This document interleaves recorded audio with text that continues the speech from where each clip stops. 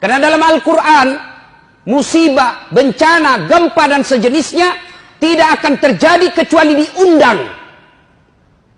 Bahasa agamanya, bahasa Qur'annya, musibah itu datang karena diundang oleh manusia. Apa penyebab datangnya musibah? Saya tidak bahas melalui ilmu teknologi, tapi saya mencoba memperjelaskannya dari Al-Quran sebagai sumber ilmu pengetahuan umat Islam. Ini tidak ada hubungan dengan geologi. Ini hanya pedoman buat orang beriman. Kalau Bapak percaya berarti Bapak termasuk orang beriman. Kalau Bapak bilang tidak ada hubungannya berarti Bapak pura-pura beriman. Apa landasannya? Silahkan buka Al-Quran, surah Al-Imran ayat 112. Setidaknya dalam Al-Quran itu didapati informasi ada 4 penyebab datangnya musibah yang menyebabkan sebab datang bencana alam ini. Undangan itu datang gara-gara apa? 1, kata Al-Quran, yakfuruna bi ayatillah. Mereka kufur terhadap ayat-ayat Allah. Mereka dustakan ayat-ayat Allah. Menurut orang Islam ada 2 ayat Allah. Ayat tertulis dan ayat tercipta. Ayat tertulis Al-Quranul Karim, ayat tercipta lingkungan alam. Bagaimana sikap manusia khususnya bangsa Indonesia terhadap ayat-ayat Allah?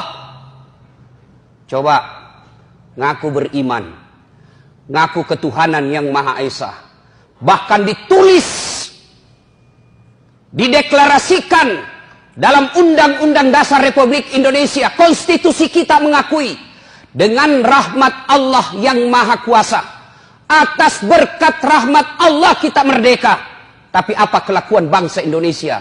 Azan, pembacaan ayat suci di Quran dianggap mengganggu.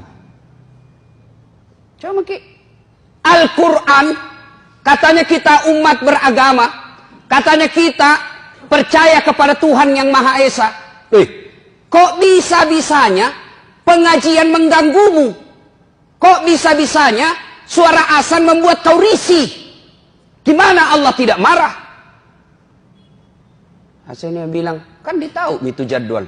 Namanya juga, jangan terlalu keras. Ya namanya panggilan pasti dikeras. Allahu Akbar, Allahu Akbar. Ya namanya panggilan pasti dikeraskan. Kalau dikecilkan, bukan namanya panggilan Pak, si bicie. Dasat, dipanggil. Dasat. Nah, itu baku bici namanya itu. Apabila kufur terhadap ayat-ayat Allah, maka itu salah satu penyebab datangnya undangan musibah. Nah, berikutnya itu ayat Quran. Kalau ayat yang tercipta, mari kita lihat perlakuan kita terhadap sumber daya alam kita. Dihabisi tanpa ada perbaikan. Saya kalau perjalanan Pak, dari Balikpapan ke Bontang, dari Balikpapan ke Sangatta, Kalimantan Timur, dari pinggir jalan kita lihat hijau. Tetapi kita naik di atas pesawat, habis gundul hutan kita. Dan anehnya siapa yang menikmati? Bukan masyarakat Indonesia. Siapa yang menikmati? Orang dari luar negeri. Gimana Allah tidak marah? Kita punya sumber daya alam melimpah. Tapi siapa yang menikmati? Orang-orang kaya yang tertentu saja di Indonesia. Dan berlebihan caranya menikmatinya. Nah, kalau ini ya tunggu mi. Tajam nih. Calon aku puang nih. Yang kedua. Penyebab menurut surah Al-Imran. Wa yaqtuluna anbiya'i bighairi haq. Mereka membunuh nabi secara tidak hak. Nah, bila mahasiswaku di Unhas, bagaimana caranya membunuh nabi Ustaz? Nah, tidak ada nabi. Secara fisik kita tidak akan membunuh nabi lagi sekarang. Tapi apa cara kita membunuh nabi? Sunnah-sunnahnya kita bunuh. Sunnah-sunnahnya kita injak. Mana sunnah-sunnah nabi? Ayo kita lihat saja. Pengantin. Jelas-jelas Nabi menjelaskan, kau makan dan minum duduk, karena makan dan minum berdiri adalah cara seperti setan. Tapi apa yang terjadi di tengah-tengah kita? Gedungnya Islamic Center, pengantinnya bapaknya haji dua-duanya, turut mengundang alim ulama. Tapi apa yang terjadi ketika pesta pengantin? Standing party. Dan kita bangga dengan itu. Pantas sunnah-sunnah Nabi kita injak-injak. Masih berkaitan dengan pengantin.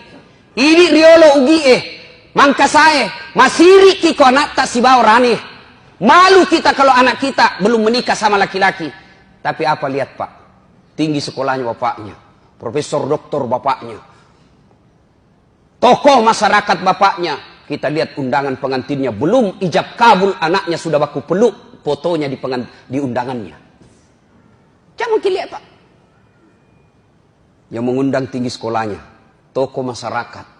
Disegani. Terpopuler di satu kampung. Tapi lihat undangan pengantinnya anaknya. Belum pi ijab kabul sudah baku peluk. Dikasih bodoh-bodoh sama fotografer. Ya, maju-maju kok sedikit.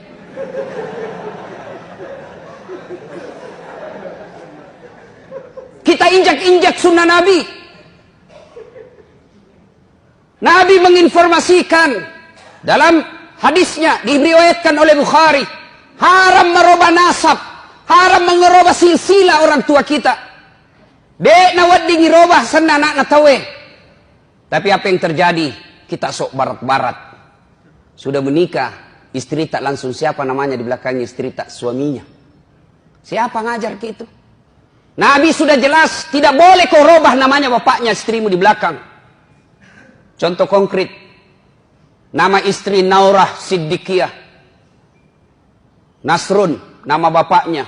Begitu setelah menikah suaminya Das'at Latif berubah namanya Naurah Siddiqiyah Das'at Latif.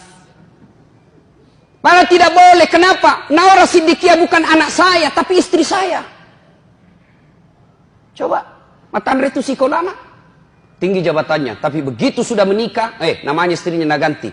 Apa pernah kita dengar Rasulullah mengganti nama istrinya Khadijah Muhammad? Tidak. Khadijah tetap disebut Khadijah binti Khuwailid. Aisyah binti Abu Bakar Siddiq. Sunnah-sunnah Nabi kita injak-injak. Kalau ada yang tidak melaksanakan sunnah, atau ada orang yang melaksanakan sunnah, kita anggap kampungan. Kita lihat saudara kita yang agak naik-naik celananya sedikit, dibilang apa? Banjir di kapang. Ada saudara kita memelihara jenggotnya karena cintanya kepada sunnah, apa dia bilang? Dedek lewat-lewat naso alim.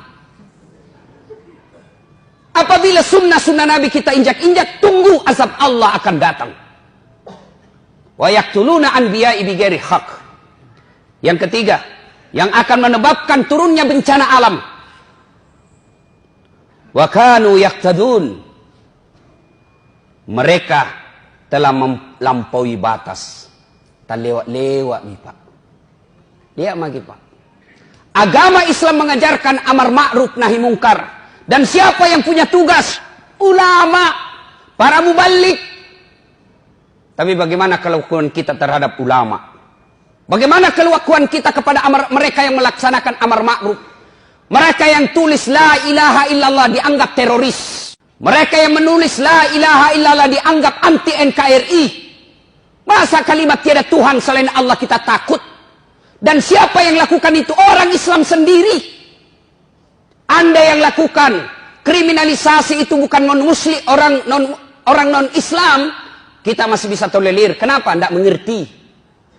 Islam sendiri, solatnya selalu mengucapkan la ilaha illallah, tapi takut dengan kalimat Allah, takut kalimat tauhid. Gimana caranya?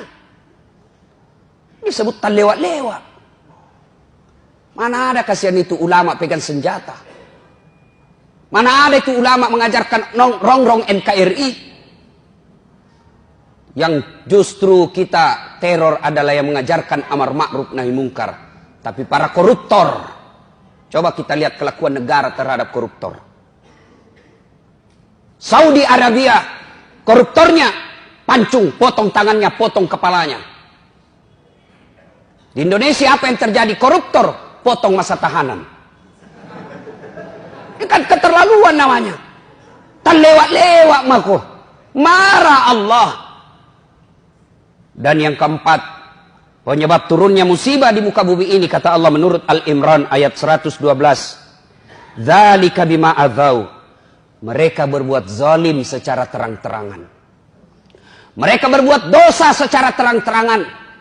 Sekarang dosa sudah tidak dianggap lagi sesuatu malu. Beberapa kali saya masuk warung kopi. Karena ajak teman saya ngajak. Oke lah, nanti dibilang ki sombong kalau diajak tidak datang. Saya datang, miris hati saya. Kok ada Bugis Makassar, budaya kita siri, budaya kita Matandre siri. Kok ada perempuan tidak malu-malunya merokok di depan umum. Yang membuat saya miris, merokok di depan umum karena dia pakai jilbab. Dan itu kita anggap biasa. Kita sudah terlewat-lewat. Kita orang Bugis Makassar, makundraye, ipaka lebih. Makundraye, Matandre onronna. Tapi kok bisa-bisanya pakai jilbab dengan rapi di depan laki-laki, orang banyak meliriknya, dia santai dan merasa tidak malu merokok di depan umum pakai jilbab. Ini yang disebut zalika bima azau. Mereka berbuat zalim secara terang-terangan. Belum lagi pembuat dosa. Dosa zina secara terang-terangan. Mereka secara terang-terangan membuat komunitas.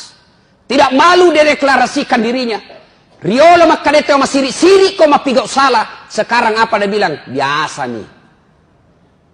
Dulu kalau ada perempuan hamil diusir dari kampungnya. Masuk kok upaka siri kasih di kampung. Bapak rela dia buang anak gadisnya. Untuk apa? Karena dianggap membuat aib buat keluarga.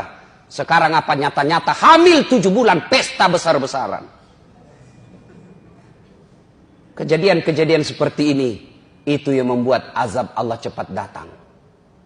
Lalu orang bilang begini. Kalau negara barat bagaimana Ustaz? Lewat-lewat itu.